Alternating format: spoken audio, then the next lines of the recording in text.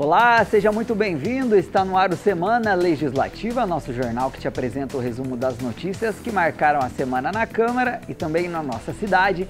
Vamos aos destaques desta edição. São José dos Campos deve ganhar um novo pronto-socorro. A unidade vai funcionar no prédio do antigo Hospital de Retaguarda, criado durante a pandemia da Covid-19. 2024 é ano de eleições e tem mudanças, viu? Agora vai ter um limite para as candidaturas, estão autorizadas doação via Pix e vai ter fiscalização sobre fake news. Processo de privatização da Sabesp é tema de audiência em São José dos Campos e o governo do estado lançou também uma consulta pública online sobre o tema. Câmara homenageia ONG Hamburgada do Bem com medalha de mérito social. Em 10 anos de história, a entidade já auxiliou mais de 100 mil crianças. Confira os assuntos debatidos em plenário e os projetos aprovados nos nossos resumos das sessões. E ainda estão abertas inscrições para projetos ambientais no Rio Paraíba do Sul. O Comitê de Bacias vai destinar 19 milhões para propostas com foco na sustentabilidade.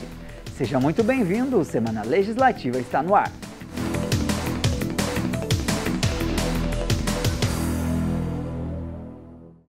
Agora a gente confere como foi a sessão realizada na quinta-feira. Entre os projetos aprovados na 7ª sessão do ano estão 2 matérias do vereador Marcão da Academia, ambas no tema da mobilidade urbana. A primeira tem como objetivo modernizar e revitalizar o sistema semafórico de São José.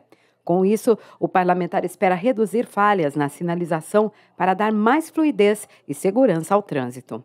E falando em segurança, o segundo projeto do vereador autoriza a implantação de lombadas eletrônicas nas áreas próximas às escolas. Com isso, a expectativa é que os motoristas respeitem o limite de velocidade nas ruas ao entorno das unidades escolares, como medida de prevenção de acidentes nessas áreas que costumam ter fluxo intenso de jovens e crianças.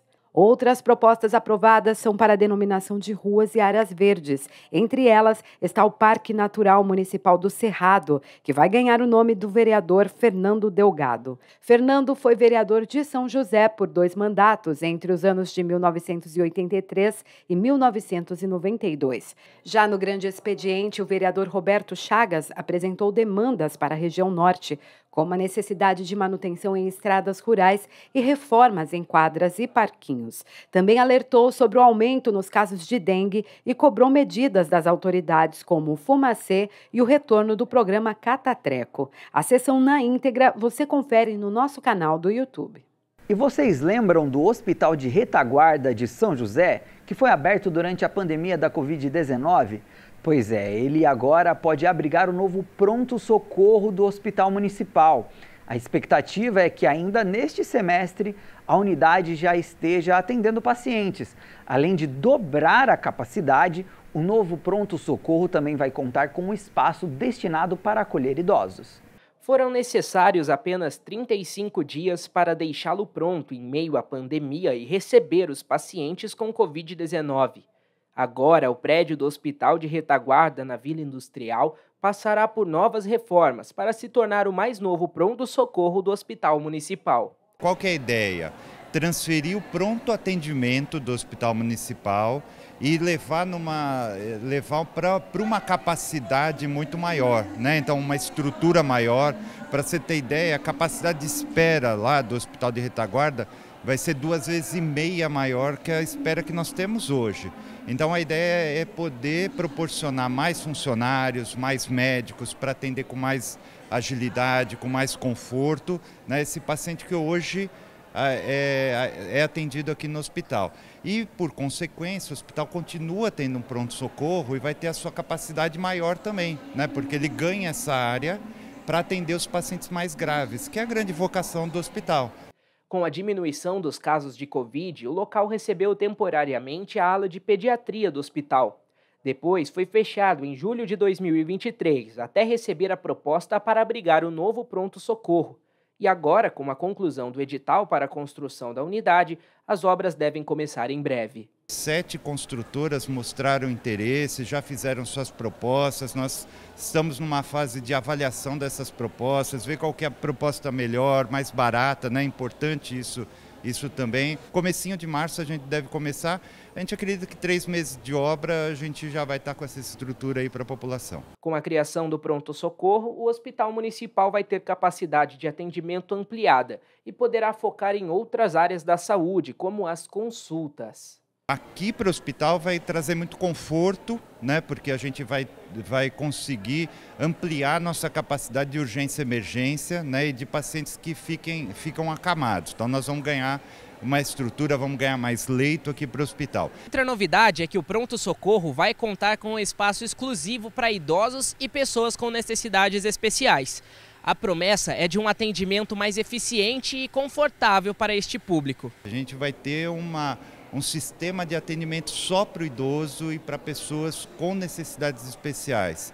Elas vão ter desde a sua abertura da ficha, uma área onde ela possa ficar só separada, né, uma área própria, né, entendendo as necessidades específicas do idoso e dessas pessoas que têm necessidades especiais, médicos específicos para esse atendimento. A Câmara deve acompanhar de perto a construção do novo pronto-socorro. Para o vereador Milton Vieira Filho, presidente da Comissão de Saúde, a unidade vai ampliar o acesso da população aos serviços e atendimentos médicos no município. Essa ampliação do PS, né, da vila, tal, do pronto-socorro do Hospital Municipal, é muito importante, né? Nós tivemos o Hospital de Retaguarda na Covid, né, que teve ali o seu funcionamento, pleno funcionamento, e atendeu perfeitamente a população. O Hospital Municipal precisava, né, dessa reforma, precisava dessa ampliação, e eu acredito que o PS vai ter, o Hospital de Retaguarda vai ter uma função melhor agora, servindo como pronto-socorro, né? E atendendo a população. Acho que é de grande importância, uma grande conquista aí que permanece, né, para a cidade agora.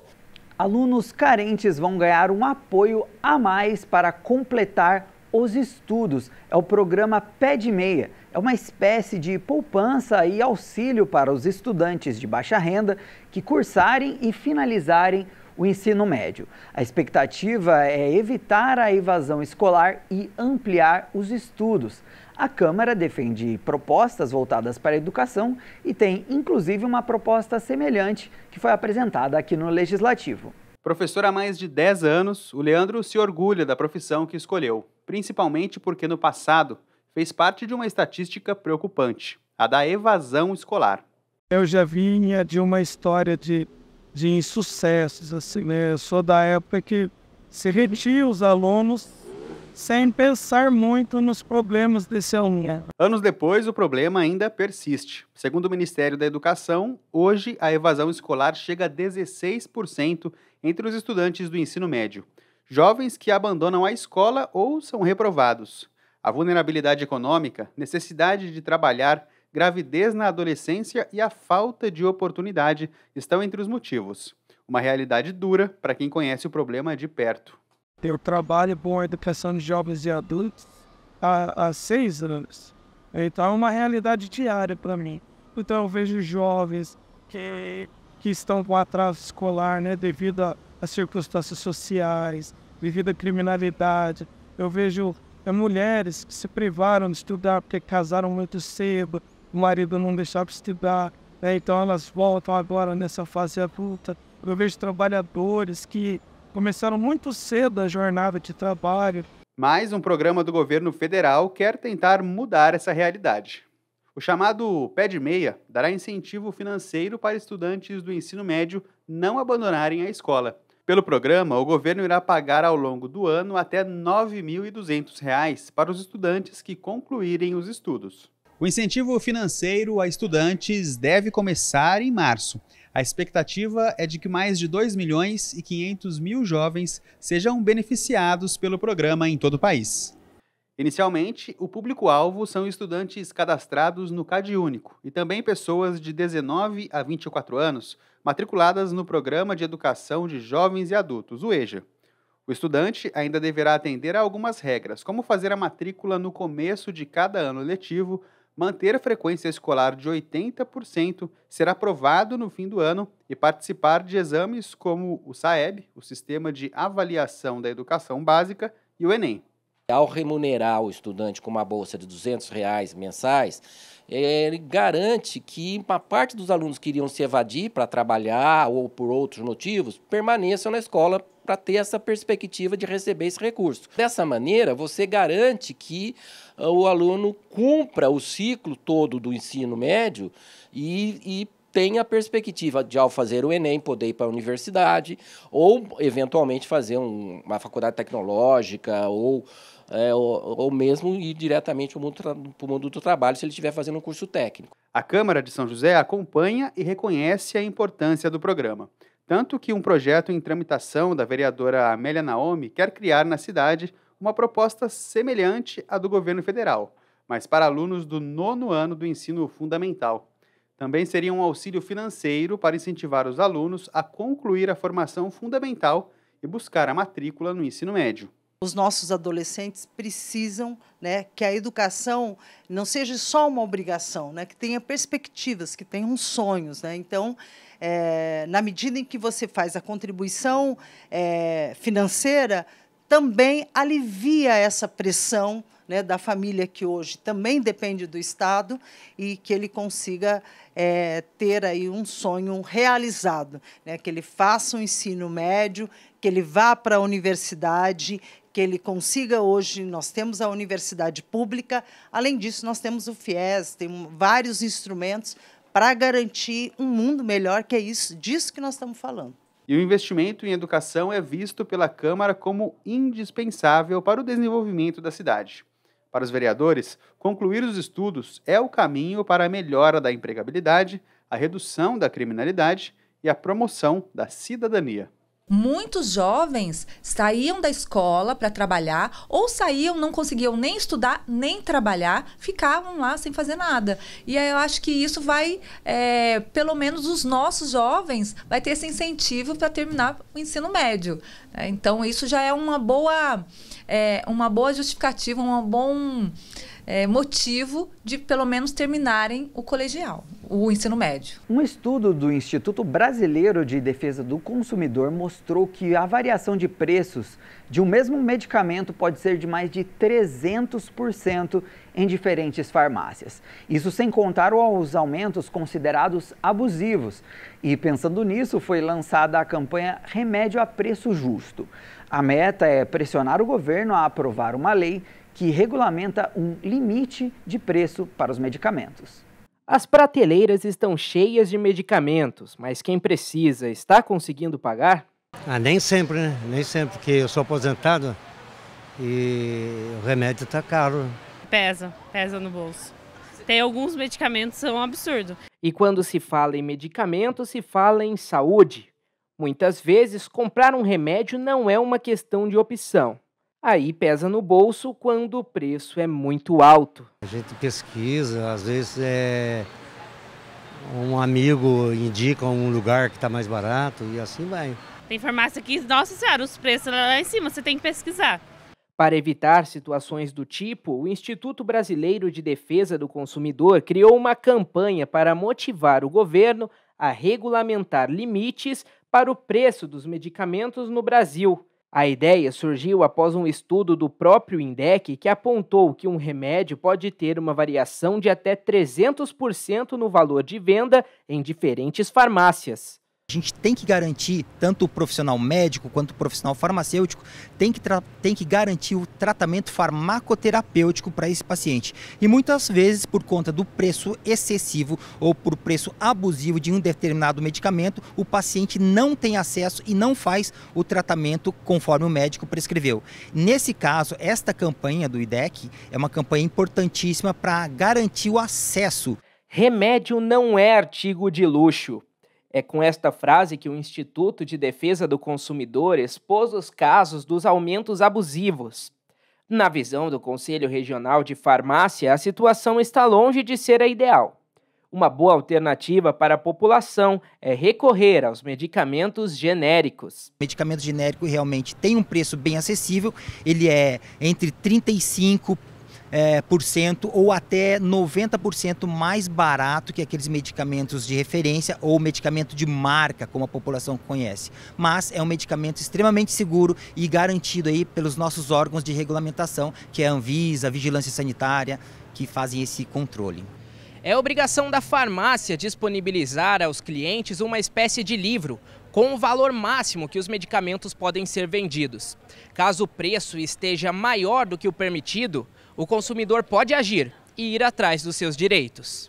Ele pode entrar primeiro no site da própria Anvisa, que lá explica um pouco melhor e tem 2 canais de comunicação, tanto pelo Fale Conosco quanto pela ouvidoria, em que o consumidor pode denunciar esse preço abusivo.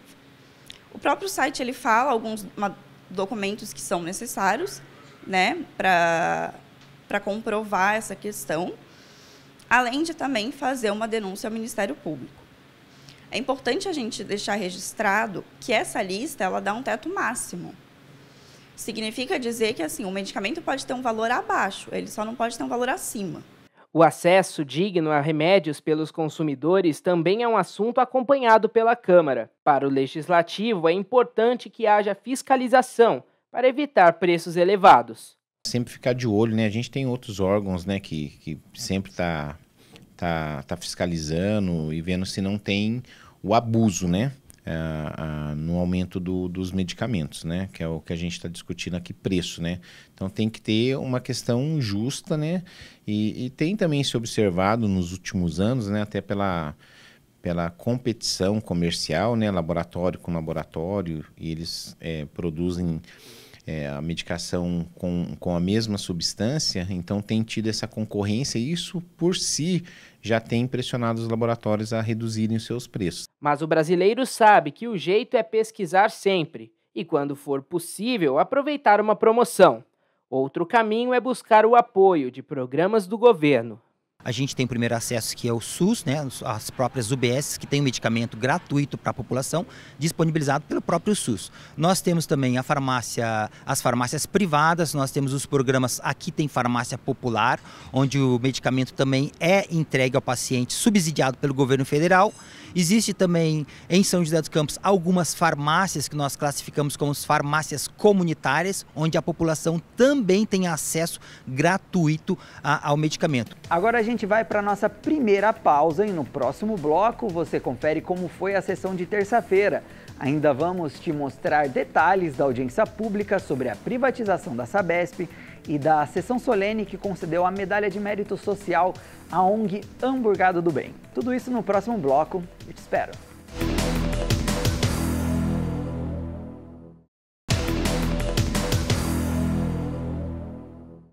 Semana Legislativa está de volta, agora a gente confere o resumo da sessão realizada na terça-feira.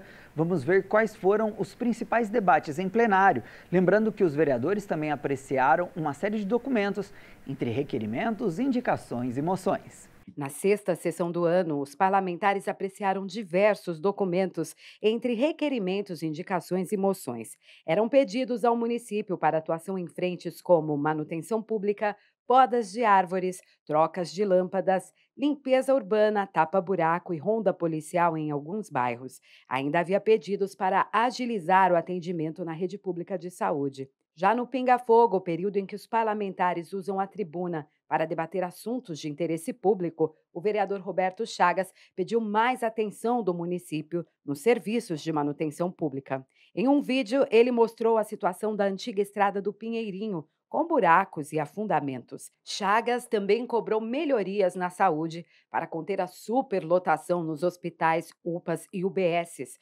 causada pelos casos de dengue. Outro parlamentar a usar o período do Pinga-Fogo foi o vereador Lino Bispo. Ele fez um breve histórico sobre sua atuação política para reforçar as bandeiras defendidas ao longo do mandato. Ainda apresentou um vídeo com destaques da passeata realizada na Avenida Paulista, que contou com a presença do ex-presidente Jair Bolsonaro. Também na tribuna, o vereador doutor José Cláudio prestou uma homenagem em memória ao enfermeiro Kleber Andrade Coelho. Familiares emocionados acompanharam o discurso em plenário. Outros 2 joseenses foram lembrados pelo vereador. Armã Penha, moradora da região norte, que faria 100 anos em 2024, e Antônio Rodolfo Ribeiro, que faleceu vítima de dengue. E a questão da saúde foi o assunto defendido pela vereadora Amélia Naomi, que demonstrou apreensão sobre o aumento nos casos de dengue em São José. Amélia ainda cobrou serviços de manutenção pública, como capina, coleta de lixo e recapeamento. Em um vídeo, a parlamentar também solicitou mais investimentos a moradores da periferia que não teriam água encanada. Já a vereadora Dulce Rita reclamou do mato alto e outros problemas de manutenção pública. Em fotos, ela destacou pontos que precisam de prioridade, a exemplo de estradas municipais. Os locais estariam com buracos e acúmulo de lixo. Dulce também defendeu o transporte adaptado para moradores da cidade. O vereador Rogério da Acazem comentou sobre a visita da secretária de Esportes de São José ao distrito de Eugênio de Melo. No encontro, o parlamentar e a secretária se reuniram com os moradores que pediram melhorias para o bairro, como a revitalização do campo de futebol e a construção de uma quadra society. Outros pontos também foram visitados e o parlamentar destacou que irá solicitar investimentos ao poder público. Outro parlamentar, o vereador Renato Santiago, agradeceu a uma homenagem que recebeu do Conselho Regional de Fisioterapia e parabenizou todos os profissionais da área que atuam na reabilitação de pacientes. E a religião e a inclusão mobilizaram o discurso do vereador Zé Luiz. Ele abordou os 60 anos da paróquia São Benedito e parabenizou o trabalho de evangelização e serviços prestados à comunidade. Zé Luiz também defendeu a importância de São José dos Campos receber o Pan-Americano de Ciclismo de Estrada e comentou sobre a realização de serviços de capina realizados na Zona Norte. Levantando o assunto do esporte, o vereador Marcão da Academia citou trabalhos da área em São José. Algumas dessas ações foram a Demetrius Cup e o Master Pong, campeonatos de futebol society e tênis de mesa. Marcão também parabenizou o destaque de diversos atletas em competições nacionais e apresentou uma reportagem que incentiva a prática de beisebol na região. A sessão na íntegra você acompanha no nosso canal do YouTube. São José dos Campos foi a terceira de 7 cidades do estado de São Paulo a receber uma audiência para discutir o projeto de privatização da Sabesp. O encontro foi realizado no PIT, o Parque de Inovação Tecnológica, e reuniu autoridades, moradores que opinaram sobre o futuro da concessão do serviço de água e esgoto na cidade. A Câmara também esteve presente na audiência. A audiência pública, realizada no auditório do Parque de Inovação Tecnológica, começou com uma apresentação do projeto de desestatização da Sabesp, atualmente em fase de consulta. A secretária de Meio Ambiente, Infraestrutura e Logística do Estado, Natália Rezende, detalhou o processo de concessão à iniciativa privada. Representantes da Câmara estiveram presentes e acompanharam o debate, entre eles as vereadoras Dulce Rita, Juliana Fraga e Amélia Naomi. A água é um bem muito importante para a população e nós temos que batalhar para que tenha, sim, investimento da Sabesp, mas ela tem que ser pública. Ela é uma empresa que tem muito a contribuir para a questão da água, né? Em São José dos Campos, nós temos que buscar mais investimento. Ela teve um lucro de 60 milhões. Então, os bairros que não têm água em São José, nós devemos batalhar para que ela seja feito em investimento. O prefeito Anderson Farias também acompanhou a audiência. Depois da apresentação do projeto, a população pôde opinar a respeito do tema. A Sabesp, assim como outras estatais, né? Elas foram criadas para atender a população, para que quem estiver gerenciando, o governador, o gerente esteja mais próximo do povo. Além do conteúdo mesmo, que a gente tem uma preocupação em relação às cidades pequenas, né? Que a privatização coloca um patrimônio público a serviço do lucro, né? Então, como é que vai ficar o abastecimento dessas cidades e tudo mais? Tem uma preocupação muito grande com a forma como esse processo vem sendo feito também. Mais de 40 pessoas se inscreveram para fazer uso da palavra durante o evento. Essa foi uma das 8 audiências públicas marcadas para debater o assunto em todo o estado de São Paulo. Segundo o projeto apresentado, até 2029, o contrato proposto prevê aportes de 5 bilhões de reais para universalização do saneamento básico na região. Como apresentado pelo governo do estado, entre os objetivos da desestatização estão a redução da tarifa, melhoria da qualidade da prestação dos serviços, além de maior regulação e fiscalização. E além da audiência pública, também foi aberta uma consulta popular na internet para colher as opiniões dos moradores sobre a desestatização da Sabesp. No portal tem todas as informações sobre a proposta, além de documentos e um esboço do futuro contrato de privatização. E pessoal, olha esse dado. No Brasil tem mais cartões de crédito do que trabalhadores na ativa. São cerca de 200 milhões de cartões circulando no país para os 107 milhões de empregados. O número, além de impressionar, levanta um alerta. Será que o brasileiro está sabendo se organizar financeiramente? Até 2020, Suelen não usava cartão de crédito, mas há 3 anos ela decidiu aceitar a proposta do banco. E se antes a fisioterapeuta não tinha nenhum, hoje ela tem 3. Porque os limites são baixos. Eu peguei com os limites baixos para complementar um ou outro. Então, quando eu tenho um, eu tenho outro. E aí me ajuda para o supermercado, para carro. Eu uso às vezes para colocar gasolina, bateria, óleo, né? Já fiz compras também de celulares, geladeira. Então, tudo isso facilita bastante para a gente. O comportamento da Suelen ajuda a explicar as estatísticas. De acordo com o Banco Central, o Brasil tem mais cartões de crédito que trabalhadores no mercado formal. De acordo com o IBGE, a população economicamente ativa soma 107 milhões de pessoas. Já o número de cartões atingiu a marca de 190 milhões de unidades. Para esse economista, os dados revelam que muita gente conta o limite do cartão como renda. Existem as pessoas que são negativadas e as pessoas que são positivadas. Essas pessoas que são positivadas, ela tem um cadastro nacional também. Com isso, as operadoras de cartões, tendo acesso a essa informação, várias vão oferecer para você a possibilidade de você ter um cartão de crédito delas. E aí a pessoa olha, nossa, estou ganhando um cartão aqui, estou ganhando outro cartão ali, e muita gente confunde cartão de crédito com renda, quando na realidade você está adquirindo a possibilidade de dívidas. Esse é o grande ponto, né? Foi nessa de usar o cartão para comprar mais do que o salário permitia que a Suelen se enrolou. Veio o desemprego e a situação ficou crítica. A dívida de R$1.000 em pouco tempo subiu para 3.000. Nada de pagar mínimo mais. Nossa, chega.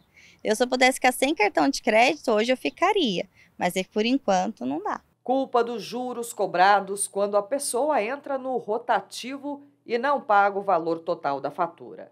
Até o ano passado, a taxa ultrapassava a impressionante marca de 400% ao ano. Significa que uma dívida de R$1.000 poderia se transformar em 5.000 após 12 meses de pagamento mínimo.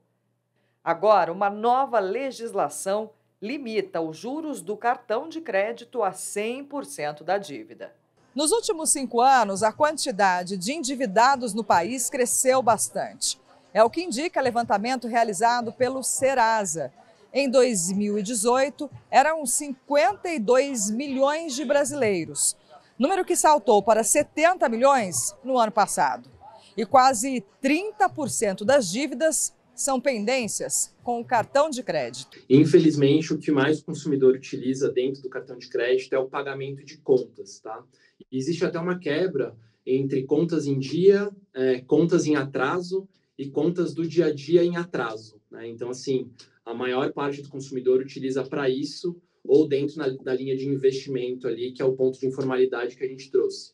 Tem um percentual bem pequeno que é voltado para viagem, para compra de presente, mas ele tem uma relevância baixa frente ao pagamento de contas ou dívidas, tá? O gerente da Serasa explica que a melhor maneira de se livrar da inadimplência é negociar.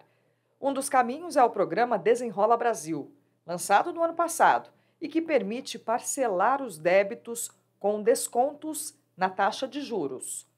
Outra forma seria trocar a dívida do cartão por uma mais barata. Ele é um ótimo instrumento desde que não utilize o rotativo. Se você precisou entrar no rotativo, uma orientação que a Serasa dá é procurar outras linhas de crédito que tenham uma taxa menor. Por exemplo, antecipação da FGTS, né? Então, enquanto o cartão de crédito bate no rotativo 400%, o FGTS vai bater 20% ao ano.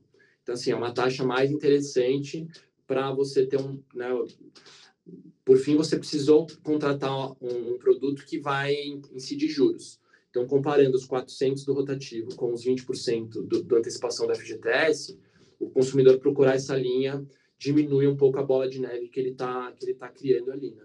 A estratégia da Suelen foi exatamente buscar crédito com juros mais baixos.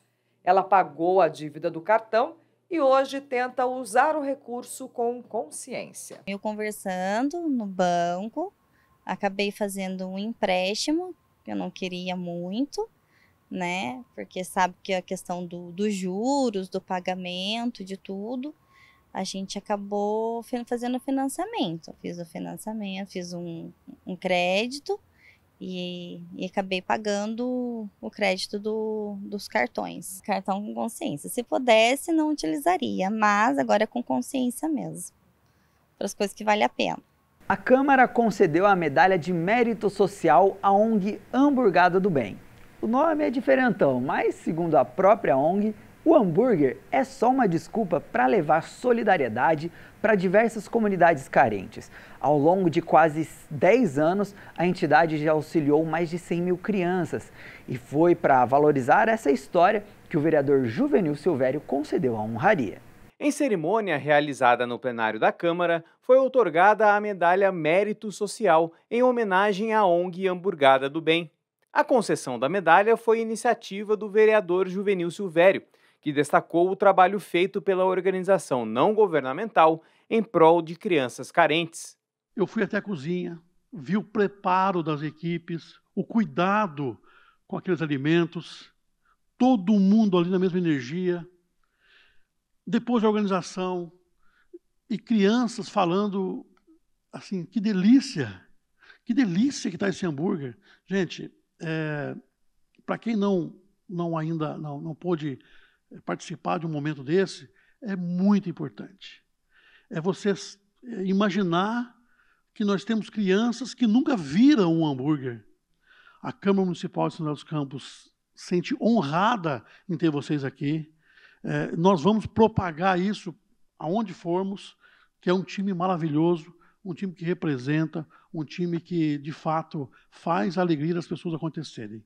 Criada em 2015 em Guarulhos, a ONG já atendeu quase 100 mil crianças em 4 países, com mais de 50 mil voluntários participantes. São ações que, além de levar um lanche para jovens carentes, oferecem ainda a oportunidade de diversão e educação para as crianças. Para Ivan Almeida, líder da Hamburgada do Bem em São José dos Campos, o projeto social não impacta apenas a vida dessas crianças que participam do projeto, mas também dos voluntários. Hoje, a Hamburgada do Bem não se limita em brincadeiras e ao hambúrguer servido para as crianças. Ela nutre sonhos, esperanças e laços. Para os voluntários, a Hamburgada do Bem é uma oportunidade de fazer a diferença e se sentir parte de algo maior. Cada sorriso, cada abraço, cada palavra de gratidão das crianças é um lembrete de impacto positivo que podemos ter. A Hamburgada do Bem é um raio de esperança, um exemplo vivo de que juntos podemos fazer a diferença. Podemos construir um mundo melhor para todos. Em São José dos Campos, a Hamburgada do Bem acontece desde 2019 e já atendeu mais de 7 mil crianças.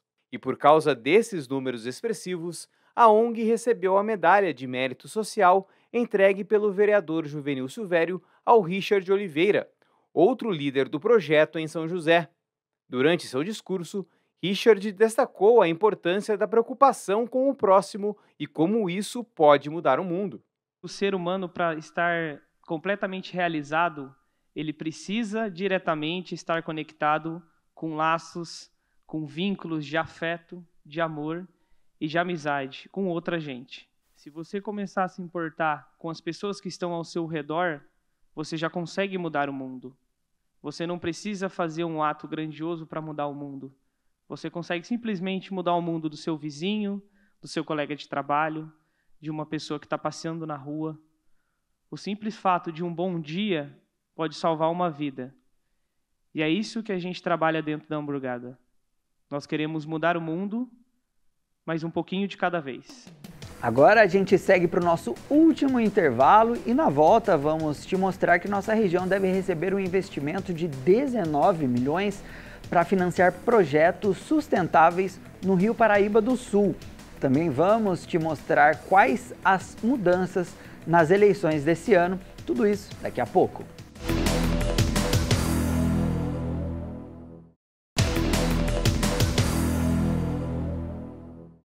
Voltamos com o Semana Legislativa e o nosso Rio Paraíba do Sul, responsável aí pela geração de energia e abastecimento de várias cidades aqui na nossa região, deve receber o investimento de mais de 19 milhões de reais em projetos ambientais. O Comitê de Bacias Hidrográficas do Paraíba do Sul abriu um edital. Poder público e entidades podem se inscrever e apresentar propostas que serão contempladas pela verba. O guandu foi só uma das espécies plantadas para trazer biodiversidade para o solo por aqui. A expectativa é que, aos poucos, o terreno usado por muito tempo como pasto possa mais uma vez ser arborizado. É a chamada adubação verde. Está sendo feito um plantio diferenciado aqui dentro dos plantios que são feitos pensando na recuperação ambiental da propriedade, né, de parte de área da propriedade, que consiste em você colocar plantas de ciclo curto que melhoram a qualidade do solo. Esse melhoramento da qualidade do solo vai propiciar que depois essa mesma propriedade receba algum tipo de plantio dentro do nosso formato de trabalho, principalmente para recuperação da área, fazendo plantio de indivíduos arbóreos dentro da propriedade. O trabalho aqui é feito pela ONG Corredor Ecológico. Em um ano é esperado que a vegetação, ainda pequena, esteja tão grande quanto esse Maricá. Mesmo invisível daqui, o Rio Paraíba do Sul colhe os benefícios do trabalho feito nessa área. Ele vai servir como uma espécie de barreira. Procedimentos que se escoariam daqui iria para esse rio e automaticamente para o Rio Paraíba e para as cidades adjuvantes do Rio Paraíba. Ele vai ajudar como uma esponja também, a quantidade de água que chove dentro na propriedade, que escoaria também, poderia causar algum processo erosivo, isso seja reduzido. A recuperação ambiental impacta toda a bacia do Rio Paraíba do Sul, que tem mais de 62 mil quilômetros quadrados e abrange 184 cidades. Só no estado de São Paulo, são mais de 2 milhões de pessoas abastecidas. Por isso, o FEHIDRO, o Fundo Estadual de Recursos Hídricos, lançou um edital para o recebimento de projetos ambientais. A gestão é de responsabilidade do Comitê das Bacias Hidrográficas. A previsão é de 19 milhões de reais para investimentos em propostas de proteção e preservação do Paraíba do Sul. Iniciativas como o tratamento de esgoto doméstico, controle de processos erosivos e educação infantil. Nós temos projetos de restauração ecológica, 2 projetos até no manancial do Jaguari, um de um valor aproximadamente 745 mil e outro no valor de 1 milhão, só de 2023. E eles devem entrar com projetos esse ano também. E a gente tem vários municípios que entram com projeto de educação ambiental, de restauração florestal. Ainda segundo a engenheira do DAE, além do abastecimento e irrigação, o Rio Paraíba do Sul é hoje crucial para a geração de energia e diluição de esgotos. A longo prazo, esses projetos trazem benefícios para a vida de toda a população. Isso é de grande importância, né? Porque nós temos que ter água aqui para abastecer São Paulo atualmente, né? E abastece também o Rio de Janeiro, né? Então, acho que o Paraíba do Sul é muito importante para outros municípios também, né? E São Paulo a gente faz essa transposição e nem está na nossa bacia, mas é a nossa bacia que dá água lá para São Paulo. A Câmara defende a preservação da bacia do Rio Paraíba do Sul e acredita no papel do poder público como agente de proteção e educação ambiental. Para os parlamentares, o investimento em ações de preservação dos nossos recursos hídricos é indispensável para a sustentabilidade e bem-estar. É fundamental, porque o Rio Paraíba ele é muito importante para 3 estados, Minas, São Paulo e Rio de Janeiro, né? Ele abastece a cidade do Rio de Janeiro. Então, esses investimentos são fundamentais para um processo, primeiro, de revitalização e, segundo, também é importante incluir nessas verbas o projeto de educação, né? Porque como é que você preserva a natureza com educação também, com investimento, com vários investimentos, mas fundamentalmente com a educação. Ainda segundo os vereadores, é preciso reconhecer sinais como perda da biodiversidade para evitar problemas futuros, como a escassez de recursos naturais. Todos os habitantes, não é só os governantes, todos os habitantes têm que prestar muita atenção nisso. Nós, enquanto agentes políticos, não podemos nunca esquecer desse problema, que esse problema já existe, essa tragédia já estava muito anunciada há muito tempo, desse aquecimento global, mas sempre está pensando que era um futuro longínquo. Não, o futuro é aqui e agora, que nós estamos vendo o que está acontecendo em São José e no Vale do Paraíba, no Brasil inteiro e no mundo inteiro. Cada um tem que fazer a sua parte. E nós, como agente político, temos muita responsabilidade. Mesmo com os negros sendo a maioria no país, alguns espaços ainda são dominados por brancos. E um desses espaços é o ramo da tecnologia. Um estudo recente revelou que apenas 25% das startups brasileiras foram fundadas por negros e pardos. Número que mostra o impacto da discrepância racial no país. A trajetória acadêmica da Sônia foi premiada por muitas instituições e não é para menos. Ela foi a primeira mulher negra brasileira a se tornar doutora em física e a primeira professora negra do ITA. E para chegar até aqui foi necessário enfrentar o racismo estrutural. O primeiro desafio surgiu ainda na universidade, quando ela tentou se inscrever para uma bolsa de um programa de iniciação científica. Só quando eu quis ter uma bolsa de iniciação científica, eu não pude nem me inscrever nada. Fui impedida porque eu nunca iria fazer nada com física. Por que eles iriam desperdiçar uma bolsa de iniciação científica comigo? Mesmo assim, ela não se deixou abater.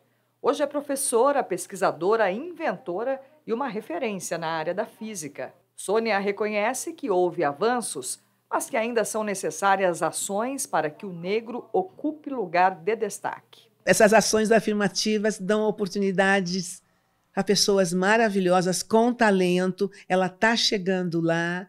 As cotas estão trazendo outro tipo de pessoas, com outras ideias, com diversidade de ideias, de pessoas, e vai ter diversidade de resultados, é só uma questão de tempo. Políticas afirmativas na educação contribuem, mas sozinhas não são suficientes.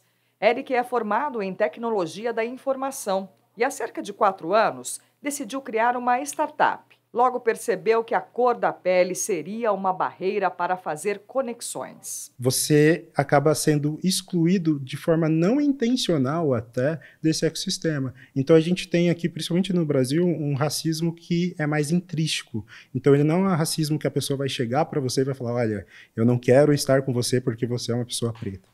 Na verdade, ele vai ficar em silêncio, ele vai ter um sentimento que ele vai falar, talvez eu não confie nessa pessoa. O empreendedor superou as dificuldades que ainda fazem com que os negros sejam minoria nesse mercado. Uma pesquisa realizada pela BlackRock, espaço criado para promover acesso à população negra ao ecossistema de inovação, revelou que apenas 25% das startups brasileiras foram fundadas por negros e pardos. O levantamento examinou 646 empresas e apontou que em cada 4 startups, somente uma tem fundador negro.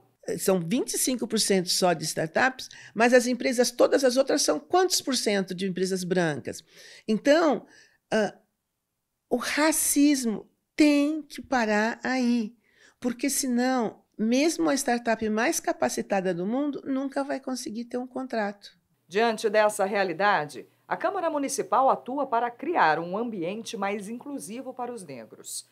Entre as medidas, os vereadores aprovaram um projeto de lei que institui o Programa Municipal Afroempreendedor, uma rede formada por micro e pequenos empresários negros para a troca de experiências e desenvolvimento de negócios.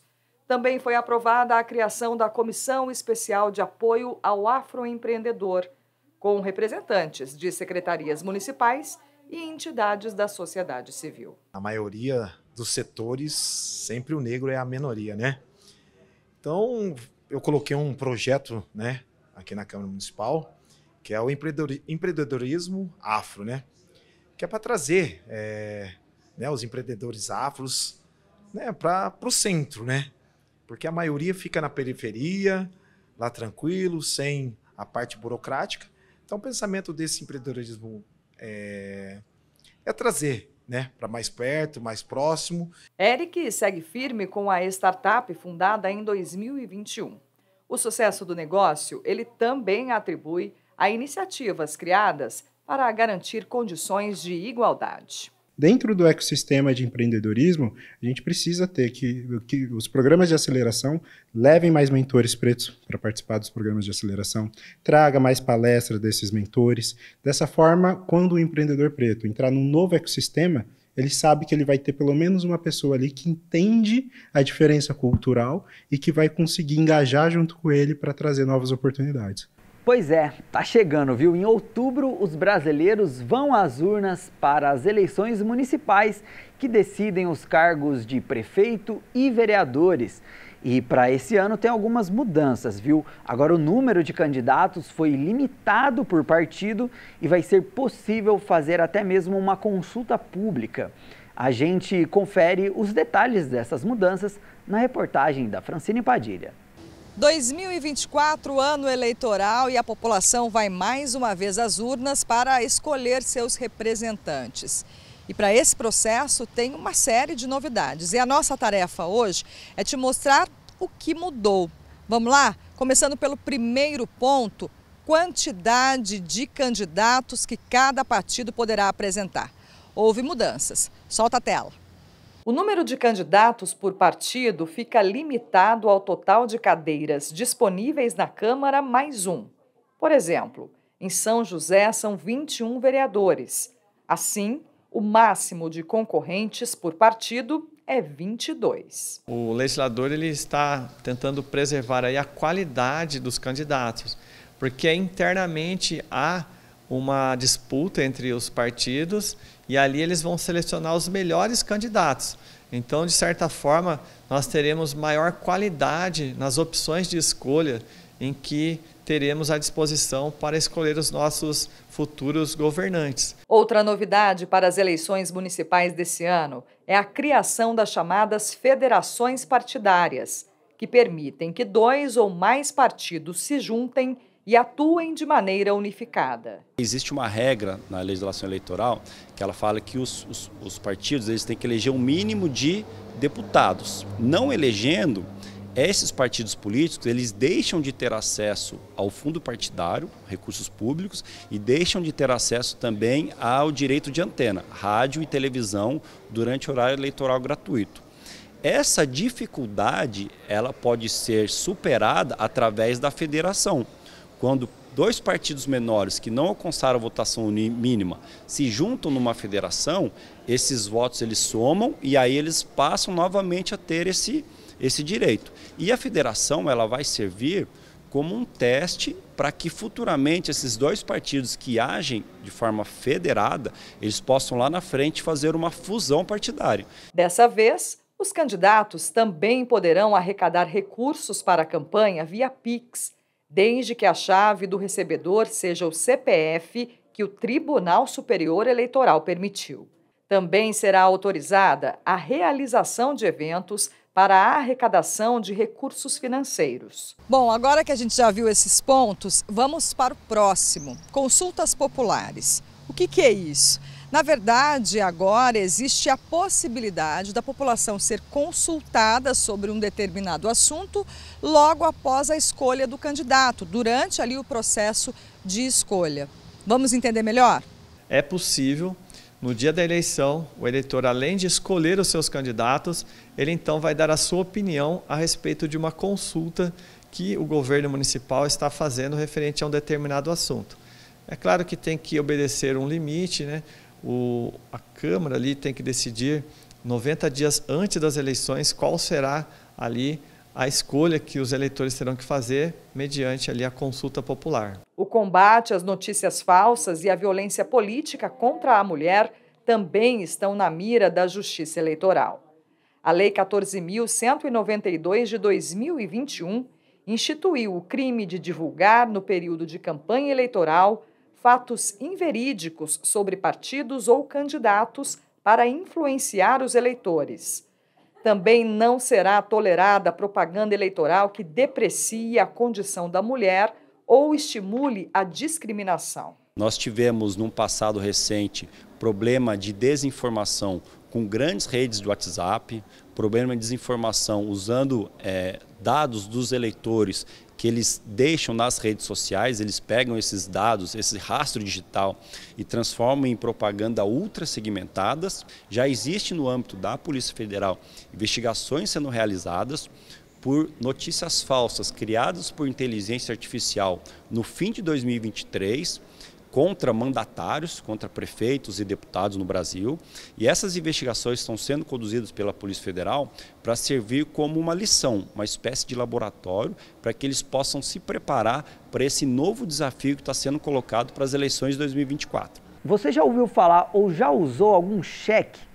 Pois é, no passado, quando não tinha cartão de crédito ou Pix, essa era uma das principais formas de pagamento no país. Quem é jovem não lembra muito. O uso do cheque caiu mais de 95%, mas ao contrário do que muita gente pensa, eles ainda movimentam a economia aqui no país. Só no ano passado foram mais de 160 milhões de reais. E a gente foi saber se os joseenses ajudaram a compor esse dado. É aqui no Centro Comercial de São José dos Campos que boa parte dos consumidores fazem compras. E os produtos são os mais variados possíveis, roupas, calçados, joias, tem de tudo por aqui. E claro, cada um escolhe como quer pagar a compra. Dinheiro, Pix, cartão. Sendo assim, eu vou pagar hoje com cheque. É, gente, cheque? Como assim? Você não sabe o que é? Cheque é um negócio que paga, não é? Antes de ser Pix, cartão de crédito, antigamente, uma das formas de pagamento, né? O cheque, o talão de cheque. Dinheiro. Dinheiro. Você já usou um cheque? Não, nunca usei. Tá bom, vai. Confesso que eu forcei a barra, peguei uma galera muito mais jovem, mas olha, garanto que tem muitos consumidores que ainda utilizam essa forma de pagamento. O difícil está sendo achar loja que aceite esse papelzinho aqui. Não, cheque mais não, só cartão de débito, crédito, né? O cheque já ficou para trás já. Tá no museu. Tá no museu já, né? Aqui não mais. Aqui não mais. Hoje não mais.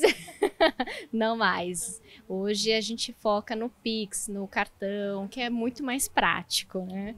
Mas a loja que não aceita cheque, adivinha? Paga as compras com ele. Confere, Monize. Acontece muito. Fornecedores, né? A mercadoria para chegar aqui, a maioria deles acabam nessa parte de pagamento de cheque. Pois é, essa prática ajuda a explicar a quantidade de cheques compensados no ano passado. De acordo com a FEBRABAN, a Federação Brasileira de Bancos, em 2023 foram compensados 168 milhões de cheques.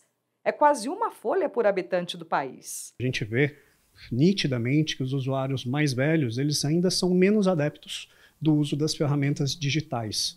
Então, além das empresas, claro, mas focando nas pessoas mais velhas, aquela pessoa com 90, 80 anos de idade, muitas vezes ainda tem dificuldade de acesso a aplicativos de celular, tem uma certa insegurança quanto a usar o dinheiro digital, então tem a tendência a usar o cheque nesses motivos. Para você que nunca ouviu falar dessa forma de pagamento, a gente explica.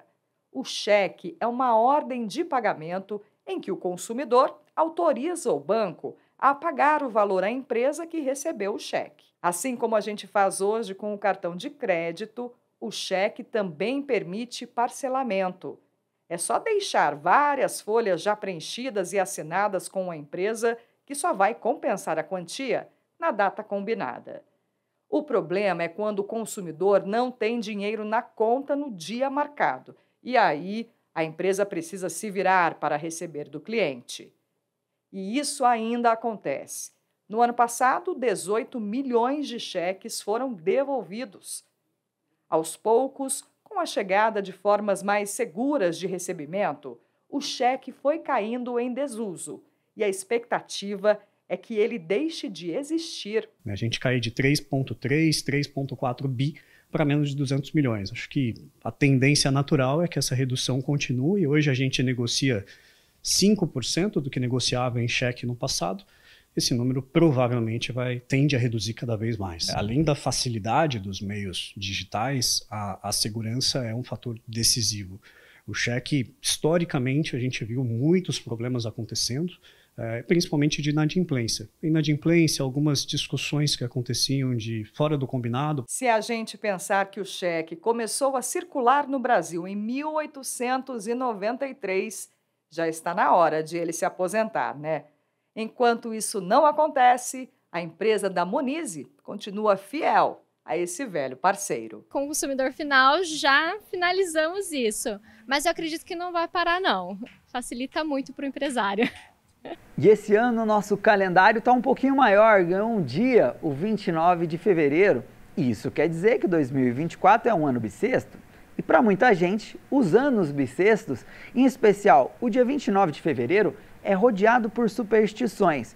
Da sorte ao azar, a gente foi descobrir um pouquinho do significado desse dia e mais curiosidades por trás dessa data. 2024 é um ano um pouco mais longo que o normal. Você sabe por quê? É por causa do movimento de rotação, ele nunca fecha os 365 dias direitinho. Então sobra algumas horas que a cada 4 anos é junta num dia só. É para compensar a sobra de horas que nos outros anos. Então a cada tempo vem um dia a mais no ano, né, no mês de fevereiro. A explicação basicamente é essa mesmo. Um ano tem 365 dias, 5 horas e 48 minutos. Esse tempo extra, vezes 4, resulta em quase 24 horas a mais, ou seja, um dia inteiro. Por isso que os anos bissextos acontecem a cada 4 anos. Esse fenômeno é explicado pela astronomia. Se a gente disser, os anos são todos de 365 dias, tu vai ir acumulando essas 5 horas e 48 minutos com o passar do tempo, e daqui a pouco o calendário que é baseado nas estações do ano, na entrada das estações, vai ficar bagunçado. Então, o que se usa é a cada 4 anos, né, tu coloca um dia a mais no calendário. O mês com as 24 horas a mais é fevereiro. Em anos bissextos, ele passa a ter 29 em vez de 28 dias.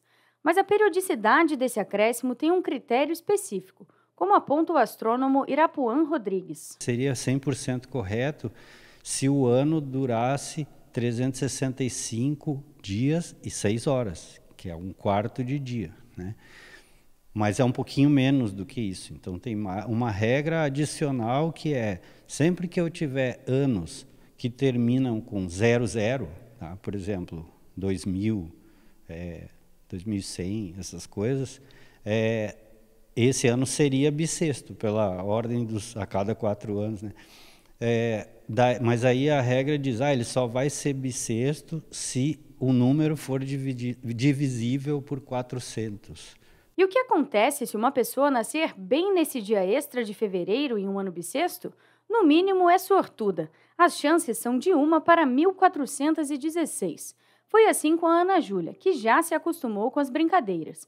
Mas e aí, comemora o aniversário a cada 4 anos ou em um dia próximo? Quando tem, a gente comemora no dia 29, né? Mas desde criança, aqui em casa, a gente comemora no dia 28. Igual, esse ano tem 29. Entrou o ano, nossa, o que choveu de gente mandando meme pra mim que tinha dia 29 esse ano.